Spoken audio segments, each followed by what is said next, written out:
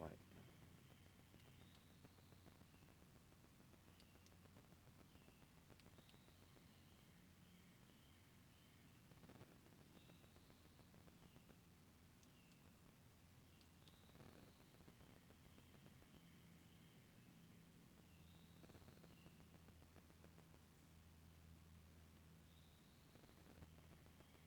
Okay, I think this thing is on now. Hello, friends. It's good to have you all back in. It's what, early June? Is this June? Early June, and it's beautiful out here uh, in the backyard. It's just absolutely gorgeous, and it's raining, but it's a wonderful, beautiful um, Georgia evening, and I just think that it's a blessing to be able to ride motorcycles and be in a motorcycle club and have all kinds of fun doing what it is that we love out here in the motorcycle club world. And my name, of course, is Black Dragon, and I thank you for subscribing to my show and my YouTube channel. And it's been almost, well, I guess it's been right about a month or two, beyond a year. I think I've been doing this for almost a year now, or right about a year, maybe a year and a month or so. And I'm trying to get some things together like the production, the video production. I'm learning how to do this video and audio production. There's a lot to it. I watch a lot of YouTube videos to get better at it. I think YouTube is the bastion of all knowledge. If you want to learn how to do something really cool and you want to shortcut it, you just go to YouTube and there's somebody that's done it. Everything from replacing the hydraulic jack on a RV to how to do math, or even how to be in motorcycle clubs. Somebody somewhere has taken the time to get on YouTube and tell you what to do. So I think YouTube is like this incredible voice of knowledge, and I use it to do everything. Like if I want to fix my motorcycle, I want to do something to it, I don't know how, somebody on YouTube has done it. So I'm really thankful for the platform, and it's really exciting, but I'm looking at other people's YouTube videos and I'm trying to bring my YouTube videos up to that level where we have good sound, good quality, some music coming in. But I still want to do these live broadcasts because I really have grown comfortable with them, and I think there's just a certain element to being live. You don't get to cut, you don't get to do those things and do takeovers, but it requires, I think, a kind of a bit of honesty and a bit of you really have to have thought out your situation well, and then you kind of go for it and you hope that everything works. So those of you who know me, have been following me, those of you who have subscribed, I thank you for that. As you all know, I have been in the Black Sabbath Motorcycle Club most of my adult life, and I have really enjoyed this lifestyle. It's really kind of cool. I've also written a few books that, if you're interested in, please go take a look at them. Prospects Bible. You can find all my books on Amazon and Kindle. And pretty soon, I'll be doing my first book recording so that you can play it in your car or whatever and listen to it instead of read it. And that's going to be available within a month or so. But Prospects Bible is my first book. It's been on and off the #1 bestseller list now since 2014. I'm really thankful for that. And my latest book is the Sergeant at Arms Bible, which lists in great detail, with a lot of research, uh, the job description and the kind of what goes on in the Sergeant at Arms world, and how to be a good Sergeant at Arms and how to be a better Sergeant at Arms. And then I have the Public Relations Officer's Bible and the Prospects Bible for Women. So those books are all available on createspace.com, and they're also available on Amazon and Kindle. And I'd be happy if you took a look at them if you get an opportunity. But I don't require anybody buy anything. That's you don't have to. You can just listen to the videos. Most of the stuff that I do in the books I do on the videos, so you can just look at the videos and get the same stuff. So for all you people who say, you're making money off the set, actually no, you can just listen to the videos. So I did a video recently where I was talking about, forgive my coughing, I don't know what's going on. Several people have said get your cough looked at. I don't know what's going on. Like 4 or 5 days ago I started coughing. Hopefully this goes away pretty quickly, but I ask that you forgive me for that in advance for those of you who can't stand stuff like that. But anyway, I did a video here recently, and I was talking about traditional MC protocol, and I said something like, you know, traditional MC protocol has been around for 100 years or more. And I get this letter from a guy who his YouTube name is I Won't Write My Real Name. So you don't know who these folks are. But his letter was interesting, and he used a term here that I've heard used before, and I just wanted to talk about it. But first thing, he said, traditional motorcycle club protocol over 100 years old? How do you justify that? Have I been asleep for 50 years? Outlaw clubs, to the best of my knowledge, weren't started until after the end of the Korean War. So this is a guy who thinks that outlaw motorcycle clubs have only been around for about 50 years. Therefore, MC protocol has only been around for about 50 years. And this kind of thinking this is what spreads this kind of stuff around. I had a guy come up to me one time and tell me that it was the Outlaw Motorcycle Club that he was in that made it possible for black folks to ride in the South. He happened to belong to a black outlaw motorcycle club. And I thought to myself, that's interesting, since a lot of these clubs around here that are 99% clubs were around 10, 15, 20 years before your club. So how is it that you set down the sacrifices that made it possible for them to ride when they were riding 20 years before you existed? So I told the gentleman, you've certainly been asleep if you believe that traditional MC protocol began with 1% motorcycle clubs. They were actually a little bit later to the MC protocol establishment game. MC protocol was around long before that. Try researching the AMA for starters, so that you can wake up from your 50-year slumber.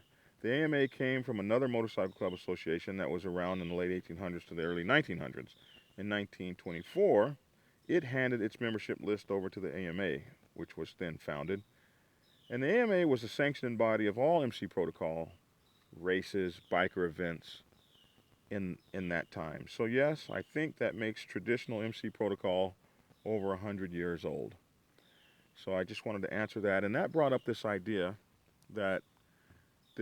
of outlaw motorcycle clubs and 1% motorcycle clubs, and where do these terms really come from and what do they mean? So now, terms are interesting because terms change.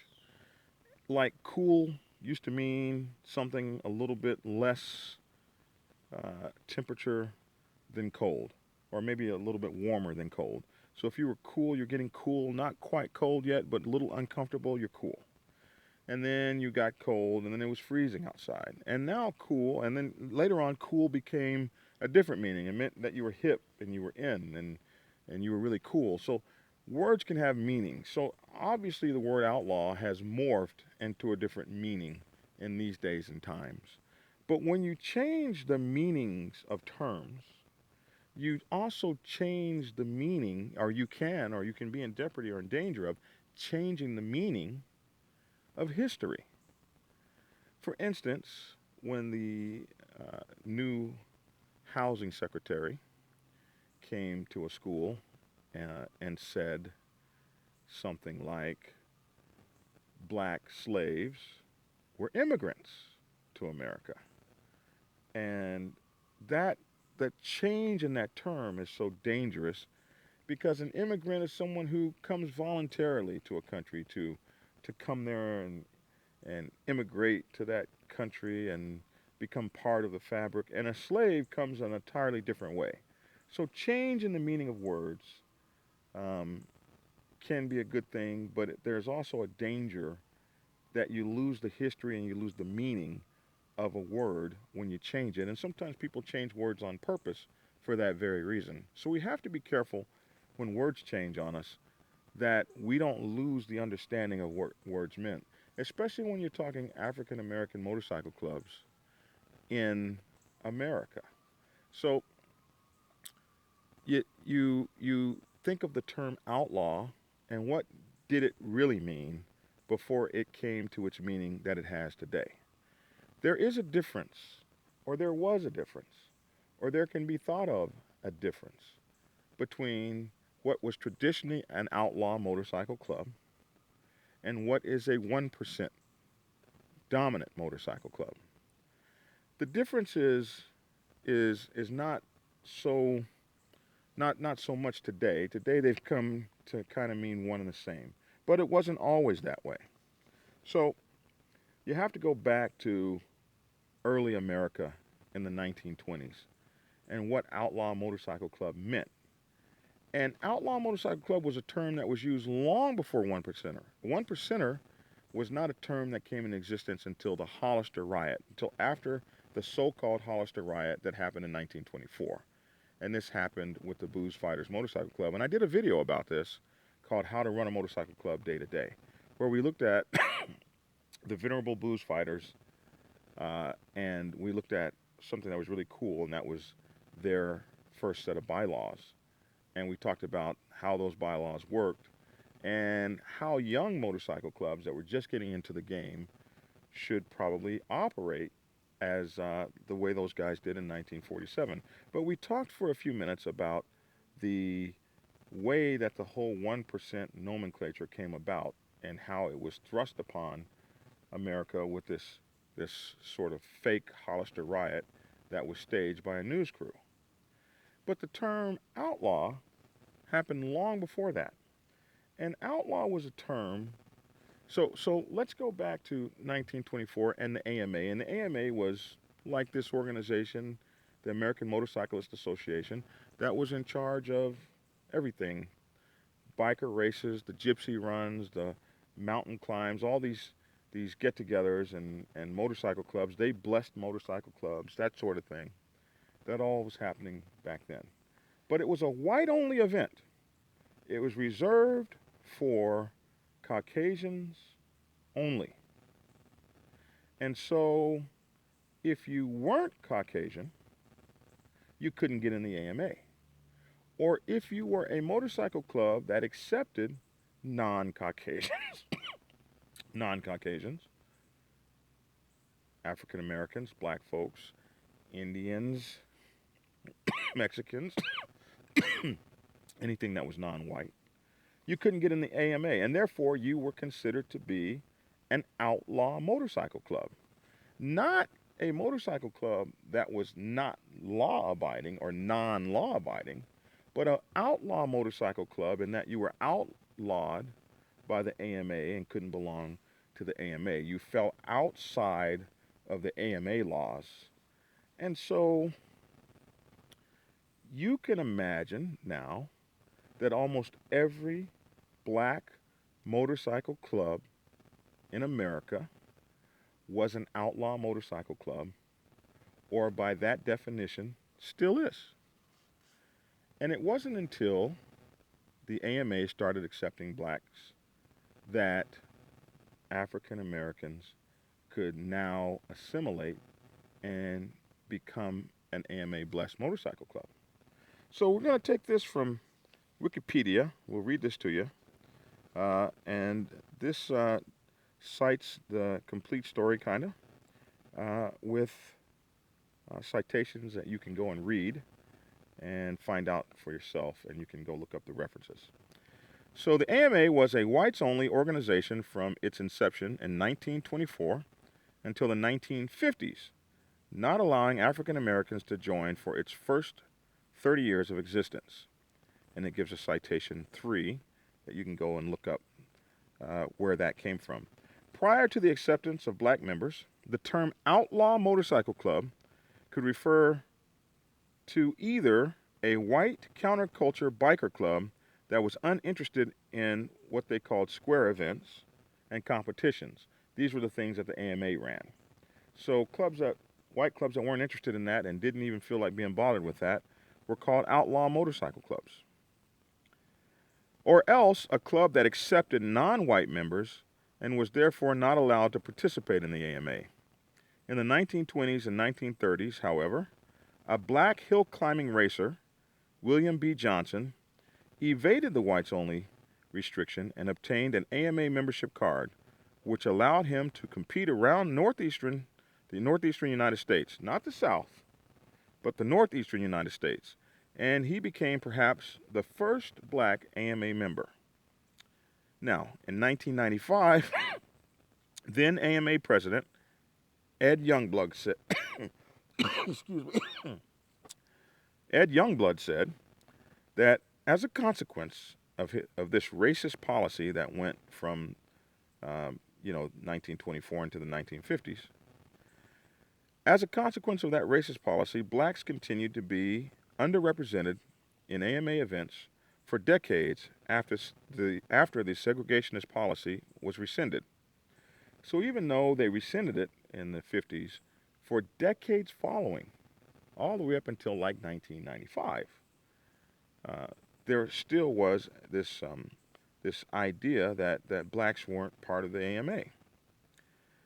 So he said this continued to keep African Americans unrepresented at AMA events for decades after the segregationist policy was rescinded. So in 1995, Director Youngblood presented black AMA member Norman Gaines in their membership advertisement in the campaign, "I want to protect my rights as a motorcyclist. That's why I am an AMA member."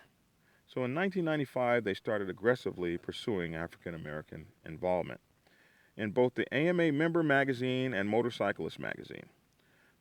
So now let's talk about the term one percenter. The term one percenter was coined after the 1947 Hollister riot in Hollister. I say so-called Hollister riot because it was a fake. It was made up. But the AMA is said to have responded that 99% of motorcyclists were law-abiding citizens, and the last 1% were non-law-abiding. The AMA now says they have no record of such a statement to the press and call the story apocryphal, which means we doubt that legitimacy of that statement being attributed to us. 1% of motorcycle clubs are often also known as Outlaw Motorcycle Gangs or OMGs according to the ATF.